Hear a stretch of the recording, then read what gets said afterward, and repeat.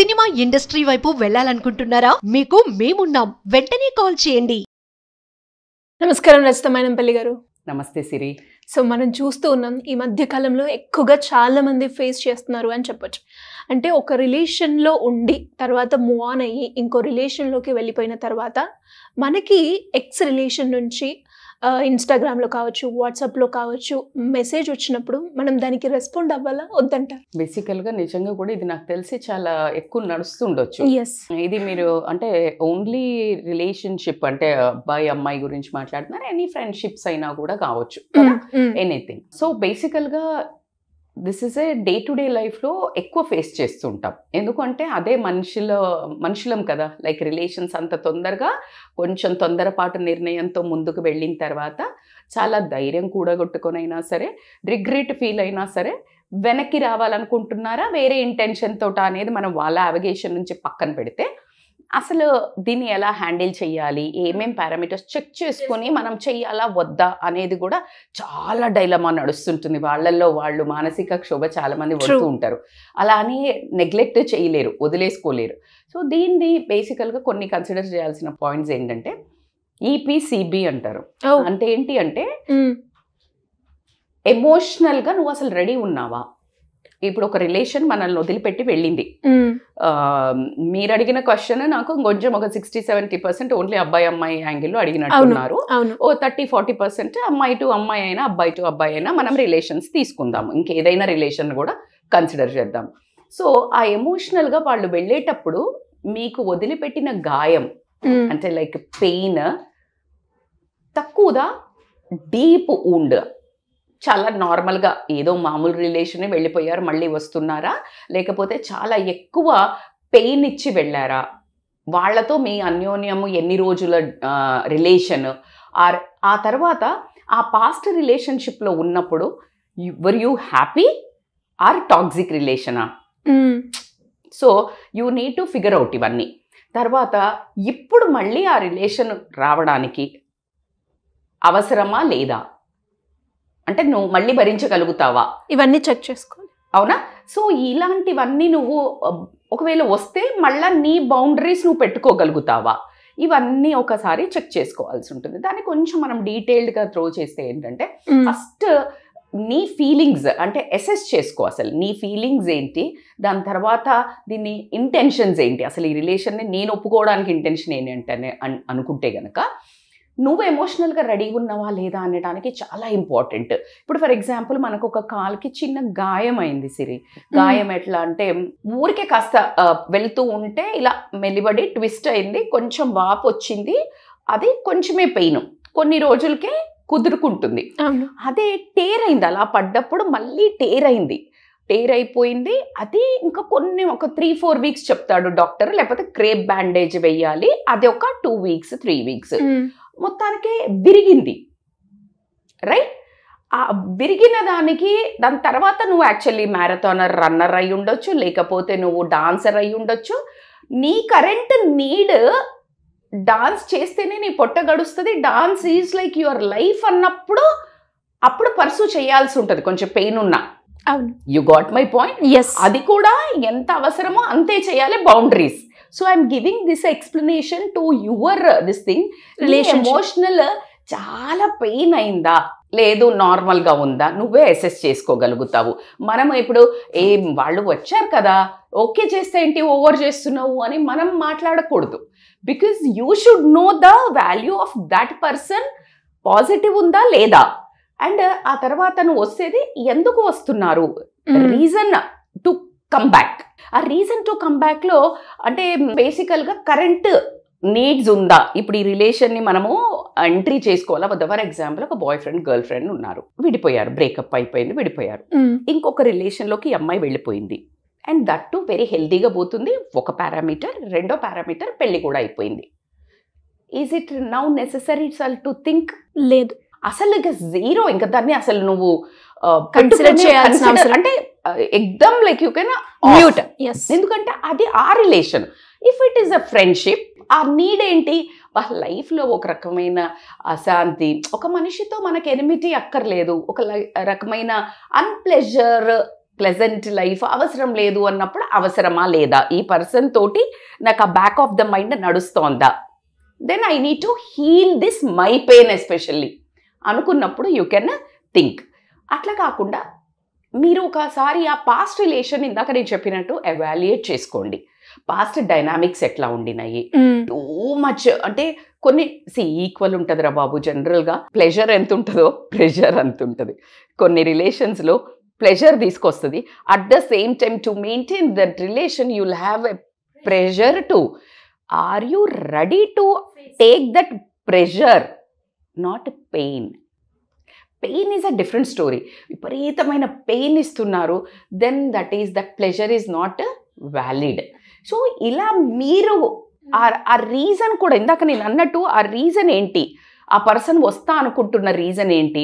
ఒకటి lack of క్లోజరా, అంటే మీరు సరిగ్గా అనుకోకుండా బంద్ చేశారా లేదా, ఈ మాట్లాడుకొని ఓపెన్గా, లేదు మళ్ళీ ఊరికే ఫ్రెండ్షిప్ రీకన్స్ట్రక్ట్ చేద్దాం అనుకుంటున్నారా, నువ్వు కూడా రీకన్స్ట్రక్ట్ చేద్దాం అనుకుంటున్నావా, లేకపోతే ఎందుకు గొడవలు అని అనుకుంటున్నావా. So reason to come back, లేకపోతే ఇంకా ఏమైనా అదర్ ఆలోచన ఏమన్నా ఉందా అనేది ఒకసారి మీరు యూ నీడ్ టు అండర్స్టాండ్. అట్లా కాకుండా ఇప్పుడు ఫస్ట్ నువ్వు ఎవాల్యుయేట్ చేసుకున్నావు, దీని తర్వాత you need to consider the outcomes of this thing. నేను ఓకే చెప్తే పాజిటివ్ అవుట్కమ్స్ ఉన్నాయా, నెగటివ్ అవుట్కమ్స్ ఉన్నాయా. పాజిటివ్ అవుట్కమ్స్ ఉంది. ఎందుకు ఫస్ట్ నేను ప్రిఫర్ చేసేది ఏంటంటే ఇలాంటి రిలేషన్స్ ఏదైనా until unless it is causing us, అంటే మళ్ళీ ఏదైనా బ్యాడ్ నేమ్ అనో లేకపోతే మనకి మళ్ళా వచ్చి మనల్ని హెరాస్ చేసే కైండ్ ఆఫ్ టాక్సిక్ పెయిన్ ఉంది అంటే అది నెగటివ్ అవుట్కమ్. సో దాన్ని నువ్వు ఎంకరేజ్ చేయకపోవడమే better. So you need to write positive outcomes ఏంటి. నేను ప్రశాంతంగా ఉంటాను, నా వెల్బీయింగ్ బాగుంటుంది, మానసిక స్థితి బాగుంటుంది, నేను ఏదైతే ఒక స్ట్రెస్లో ఉన్నానో అది లేదు. అంటే ఈ పర్సన్ ఎవరైతే నన్ను వదిలిపోయారు అనే దాంతో నన్ను ఎవరైనా బ్లేమ్ చేస్తున్నట్టయితే, దాన్ని నా క్యారెక్టర్ మీద ఏదైనా పడి ఉంటే, ఈ పర్సన్ వస్తే ఒక రకంగా పాజిటివ్ అవుట్కమ్ ఏంటంటే ఈగో సాటిస్ఫై అవుతుంది, నన్ను వదిలేసిపోయారు మళ్ళీ వచ్చారు, you will heal yourself మనస్సు. సో అలా వస్తుందా. సో నువ్వు అసెస్ చేసుకో పాజిటివ్ ఎంత ఉంది. అవుట్ మేడం అట్లా బేరసారాలు వేసుకోవాలా మేడం, ఇట్లా బరాబర్ రాసుకోవాలి. ఎందుకంటే దీస్ ఆర్ ద అసెస్మెంట్స్. నీకు ఒక జడ్జిమెంట్ రావడానికి క్లియర్ ఉంటుంది. ఎప్పుడు కానీ రెండు వైపుల మైండ్ నడుస్తున్నప్పుడు రైట్ ద పాయింట్స్, టక జర్నల్ చేయండి. Whether the negatives are more or positives are more. ఒకవేళ పాజిటివ్స్ మోర్ ఉన్నాయి but negatives are less, but the intensity of the negativity is more, then go for a negativity count. Okay, ఇప్పుడు ఆ negativity తక్కువే 2-3 రావచ్చు, కానీ దానివల్ల impact నీకు ఎక్కువ పడుతుంది అనుకో. ఇప్పుడు నువ్వు 10 రోజులు నిన్ను హెరాస్ చేసి నువ్వు ఆ పెట్టే టాక్సిక్ దాంతో నువ్వు సూసైడల్ టెండెన్సీకి పోవడమో, డిప్రెషన్ పోవడమో, వాళ్ళు ఫోన్ ఎత్తకుండా 2-3 రోజులు ఉంటున్నారు పాస్ట్ రిలేషన్లో, లేకపోతే నిన్ను అబుక్కున చేయి చేసుకున్నారు, లేకపోతే అందరి ముందు అరిచారు, అది 1-2 సార్లు అయి ఉండొచ్చు. But the amount of the pain which you are really taking and emotionally ఆ టైంలో బ్రేక్ డౌన్ అవుతున్నావు, it's valid for this all pleasures. ఏదో గిఫ్ట్లు ఇచ్చాడు, లేకపోతే బయటికి తీసుకెళ్ళాడు, లేకపోతే డబ్బు ఖర్చు పెడుతున్నాడు, లేకపోతే ఇంకేదైనా, ఇది ఎక్కువ ఇది ఎక్కువ, నెంబర్ కూడా కౌంట్గా. సో అది టోటల్లీ మీకు అర్థం అవుతుంది కదా what you am saying. So that much clear అయితే ఉండాలి. అది నేను ఇది ఎవరికి చెప్తున్నాను, ఇఫ్ దే ఆర్ ఆ రకంగా ఎఫెక్ట్ చేసి పోయిన వాళ్ళు అయితే ఇంత సీరియస్గా మీరు థింక్ చేసుకోవాలి. సరే మీరు అనుకున్నారు, అవుట్కమ్స్ అంతా కథ వేసుకున్నారు, బేరీస్ వేసుకున్న తర్వాత కూడా ఓకే ఈ మనిషి వస్తే నేను ఎంత బౌండరీస్ పెట్టాలి, అది చాలా ఇంపార్టెంట్. మళ్ళా తన్నించుకునే అవసరం నువ్వు చేయకూడదు. ఎందుకు అంటే ఫస్ట్ టైం మోసపోతే ఓకే, అది మోసము చేసిన వాళ్ళ తెలివి కళ్ళతనం అనుకుందాం, నీ మంచితనం అనుకుందాం, వాళ్ళ చెడుతనం నీ మంచితనం. రెండోసారి మోసపోతే నీ మూర్ఖత్వమే అంటారు, you are a fool. So కాబట్టి you need to set boundaries, clear boundaries and communicate that boundaries clearly. So boss, like if you are coming into my relation, this need not to be done. ఇలాంటివి జరగకూడదు, ఇలా నన్ను మళ్ళీ మాట్లాడకూడదు, ఇలా నువ్వు confront మొత్తం క్లియర్గా ఓపెన్గా ఖచ్చితంగా డిస్కస్ చేశారు కాబట్టి ఇప్పుడు మీరు డిసైడ్ అవ్వాలి కదా, నేను తీసుకెళ్లాలా ఈ రిలేషన్ని వద్దా అనే దాన్ని కూడా you need to positively think చేయండి. ఇప్పుడు కమ్యూనికేట్ చేద్దాం నేను మళ్ళీ వాపస్ అనుకున్నప్పుడు హానెస్ట్గా వెళ్ళండి. మళ్ళీ మీరు రిలేషన్ స్టార్ట్ చేయాలి అనుకున్నప్పుడు హానెస్ట్గా కమ్యూనికేట్ చేయండి. ఆ రిలేషన్ని ఒక రకమైన ఆల్రెడీ లోతు ఎంత ఉందో తెలిసింది. అవును. Swimming is little bit easier for you if you are alert. If you are alert. So కాబట్టి ఆ లోతు ఎంత, ఆ మనిషి లోతు ఎంత, ఆ మనిషి బిహేవియర్ ఎంత తెలుసు కాబట్టి you need to go positively and with honest. ఒకవేళ మీరు రెడీ లేరు, టైం కావాలనిపించింది, హ్యాపీగా టైం తీసుకోండి. ఇప్పటికిప్పుడే మీరు అర్జెంటుగా చెయ్యక్కర్లేదు. ఎందుకంటే ఇప్పుడు ఆ పర్సన్ సీరియస్గా ఉంటే he will get back to you again. If he tried ఒక రాయేసి చూశాడు అని అంటే చూసాడో అనుకుంటే గనక మళ్ళీ వాళ్ళలో డైల్యూట్ అయిపోయింది కాబట్టి నీకు పెద్ద ఎనర్జీ పట్ల. If you are not ready to respond అసలు అంటే happily take your own call. Because ప్రపంచంలో నీ వెల్ బీయింగ్కి మించిన అస్తిత్వం అయితే ఏం లేదు. ఎందుకంటే ఆర్థిక సమస్యల్ని హ్యాండిల్ చేయొచ్చు సిరి, మానసిక స్థితిని దెబ్బగొట్టే వాళ్ళని హ్యాండిల్ చేయటం చాలా కష్టం. సో ప్రపంచంలో అన్నిటికంటే ఈ మధ్య నేను కొంచెం ఒక 5 to 8 years 10 years బ్యాక్ చూస్తే everybody use to wish happy birthday, I wish you A happy prosperity and ఇట్లా పెట్టేవాళ్ళు. ఇప్పుడు ఐ డోంట్ నో మరి నేను అబ్జర్వ్ చేస్తున్నానా లేకపోతే నేను పెడుతున్నానా కానీ, బట్ నేను చూసినంత వరకు health and happiness and peace అని పెడుతున్నారు. Health, happiness, peace rather than success, prosperity has become a second layer. Yes, to me. Accepted. So this is how ఏమున్నా peace is the which is అంటే ఎన్ని డబ్బులు పెట్టినా ఎన్ని కోట్లు పెట్టినా దొరకదు, రాని పరిస్థితి అయితే ఉంది. సో కాబట్టి ప్రమోట్ యువర్ వెల్ బీయింగ్. దీంట్లో ఈ పర్సన్ని నీ లైఫ్లోకి ఎంటర్ చేసుకోవాలా అని అడగడానికి నువ్వు ఒక ట్రస్టెడ్ ఫ్రెండ్, మంచి వాల్యుబుల్ గైడ్ ఇచ్చే వాళ్ళు ఉంటే, లేకపోతే ఫ్రెండ్స్ని అప్రోచ్ అవ్వకండి. మీ రేంజ్ ఆఫ్ ఫ్రెండ్స్ని you go for a little matured, ఇంకొంచెం అబో. లేదు అంటే take a counsellor, seek support. నేను ఇంత ఎక్స్పీరియన్స్ అయ్యాను నా రిలేషన్లో, మళ్ళీ వీళ్ళు వస్తా అంటున్నారు, సో ఇలాంటి వాళ్ళని నేను తీసుకోవాలా వద్దా నా లైఫ్లోకి అని you just talk to. When you talk to నువ్వు హైడ్ చేసుకుంటావు. ఎవరికన్నా చెప్పాలి అంటే లోపల నుంచి you vomit full mentally, emotionally vomit is important. So that you will do with you. ఎప్పుడైనా ఎవరికైనా చెప్తున్నప్పుడు యూ వామిట్ సో మచ్ అంటే డాడా అని చెప్పేస్తారే ఉంటాం, మనకు ఉన్నాయి లేని అన్ని పాత తవ్వకాలన్నీ గుర్తొస్తుంది. సో అప్పుడు నీకు ఈజీ అవుతుంది, క్లారిటీ కూడా వస్తుంది. అందుకని ఎవరితో అయినా మనం మాట్లాడినప్పుడు ఎంత ఫ్రీడమ్ ఉంటుంది కదా, చక్కగా అంత ప్లెజర్ కదా. సో అది ఒకటి మీరు డిసైడ్ చేయండి. అండ్ డిస్కస్ చేసిన తర్వాత ద వే యూ కమ్యూనికేట్ ఎలాగా కూడా అంటే, see first you need to set. ఒక ఎగ్జాంపుల్ చెప్తా. ఇప్పుడు ఫర్ ఎవరు పెట్టారు, so hi, I'm very appreciate your communication to come back. Let's work together. Let's focus on this relation. So matured enough.